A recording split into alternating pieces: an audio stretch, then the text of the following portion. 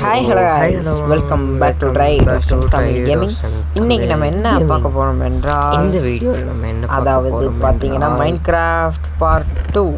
இந்த வீடியோவில் நம்ம என்ன பண்ண போறோம் என்றால் அதாவது இந்த லூட்லாம் இந்த மேல் வீட்டில் வச்சுட்டு அப்படியே நம்ம கொஞ்சம் நேரம் கழிச்சு இதை நான் சீக்கிரம் இது பண்ணி விட்டுறேன். இருங்க, இந்த பிளாங்க் எடுத்துப்போம், இந்த வுட்டு வச்சுப்போம், இந்த கேக்டஸு, இந்த வுட்டன் பிக்காக்ஸ். ஸோ ஓகே, அவ்வளோதான். எல்லா பொருளையும் வச்சாச்சு. வாங்க, பிக்காக்ஸு ஒரு 11 பிளாக்ஸ் மட்டும் இருக்குது. இங்கே பாருங்களேன், இந்த வீட்டில் அழகாக எப்படி இந்த வீடே ஒரு பிரிட்ஜ் மாதிரி இருக்குன்னு பாருங்களேன். அங்கே போய் குதிக்கலாம் தேவையில்ல, நான் சும்மா குதிச்சு போனேன். சரின்னு சொல்லி இந்த வீட்டில் என்ன இருக்குது அப்படின்னு பார்க்கலான்னு சொல்லி நம்ம நேற்று அந்த இது பிளாக் ஸ்மித்தா அந்த மாதிரி ஏதோ இது பேர் மறந்துட்டேன்.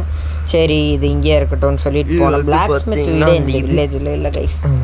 So states of India.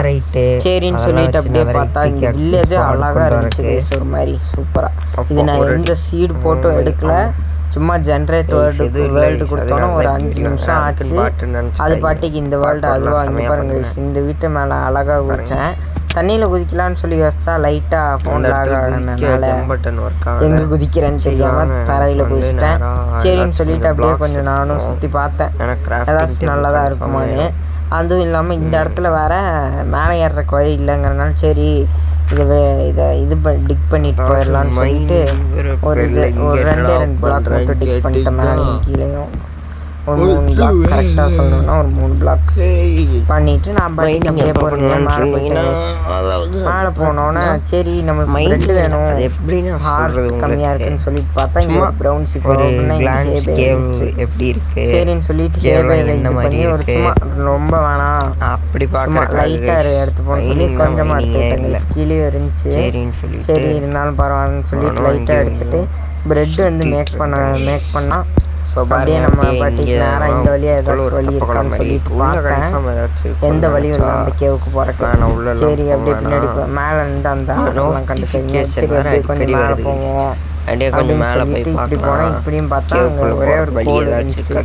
அது வேணாம், கொஞ்சம் முன்னாடி போவோம், இருட்டாக வெளியே வரலாம் அப்படின்னு சொல்லிட்டு முன்னாடி போய் மால்னி கீழே ஆனால் என்ன இந்த கியூ பாருங்களேன் எவ்வளோ பெருசாக இருக்குன்னு. அதுவும் இல்லாமல் அடிக்க வேறு ஏதோ வழி போகுது.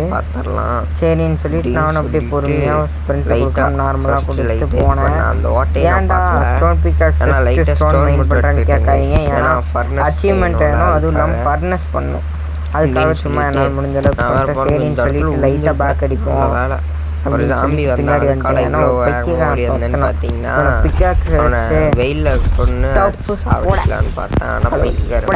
டப்பு டப்பு டப்புன்னு ஒரு 4 அடி அடிச்சு இவனை முடிச்சிட்டேன்.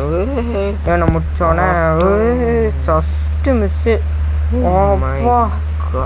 என்னையா இது கேவா இல்லாட்டி என்ன யாரும் அப்படின்னு சொல்லிட்டு பார்த்தா அவ்வளோ பெருசாக இருந்துச்சு கைஸ். சரின்னு சொல்லிட்டு ஃபஸ்ட்டு வெளிச்சத்தில் இங்கே என்ன இருக்குன்னு பார்க்கலான்னு சொல்லிட்டு பார்த்தேன். சரி இதுக்கு மேலே வேணாம், கோல் எடுத்து டார்ச் பண்ணி தான் கரெக்டாக இருக்கும் அப்படின்னு சொல்லிட்டு நானும் இங்கே இருக்கிற கோல்லாம் பொறுமையாக மைன் பண்ணிட்டு இருந்தேங்க. இந்த மைன் பண்ணுறது மட்டும் உங்களுக்கு ஸ்பீடாக காமிச்சிட்றேன். அங்கே அப்படியே மைனிங் முடிச்சுட்டு சரி கொஞ்சம் உள்ளே போகலாம் அப்படின்னு சொல்லிட்டு நானும் கொஞ்சம் உள்ள போகணும். மான்ஸ்டர் தெரியாமல் அந்த தொட்டோன்னு எதுக்குள்ளே போயிட்டாங்க. சரின்னு சொல்லிட்டு நானும் மேலெல்லாம் பார்த்துட்டு வந்தேன், அங்கேயும் சுற்றிக்கிட்டே இருந்தேன். நானும் அதுக்கப்புறம் பார்த்தா அவங்க ஜாம்பி பைத்தியக்காரன்ட்டு இருந்தான். சரி அவன் கண்ணில் படாமல் அப்படியே இப்படி ஓடிடலாம் அப்படின்னு சொல்லிட்டு நானும் ஓடி. இங்கே பார்த்தா கோல், சரி கோல் தானே நல்லது, எவனாச்சும் வரானா இல்லை, எந்த பாட்டு பயிலும் வரல. சரின்னு சொல்லிட்டு அப்படியே கொஞ்சம் இது பண்ணிடலாம், மைனிங் பண்ணிடலாம், இந்த கோலை நம்மளுக்கு யூஸ் ஆகும் அப்படின்னு சொல்லிட்டு நான் பாட்டுக்கு மைன் பண்ண ஆரம்பிச்சேன். அப்படியே உங்களுக்கு டைம் லாப்ஸாக ஸ்பீடாக காமிச்சிட்றேன். சரின்னு சொல்லிட்டு நானும் அந்த கோலை மைன் பண்ணி முடிச்சுட்டு பார்க்குறேன். இந்த பாட்டு நாய் வேற வந்துட்டாங்க அதுக்குள்ள. சரி இது வேலை ஆகாது, நம்ம கொஞ்சம் ஹெல்த் ஏற்றிட்டு வரோம்னு சொல்லி இந்த இடத்துல ஜஸ்ட் விழுந்துருப்பேன். நல்ல வேலை. அதுக்கப்புறம் எப்படியோ இப்படி போய் கஷ்டப்பட்டு அங்கே வந்து முட்டிகிட்டு இருந்தேன் கைஸ். சரின்னு சொல்லிட்டு பார்த்தா நான் திடீர்னு நிறைய பேர் ஸ்பான் ஆரம்பிச்சிட்டாங்க. என்னடா இது நிறைய பேர் ஸ்பான் ஆரம்பிச்சிட்டாங்க. நைட்டு இதாகிடுச்சு, மேலே பக்கம் நைட் ஆகிடுச்சு.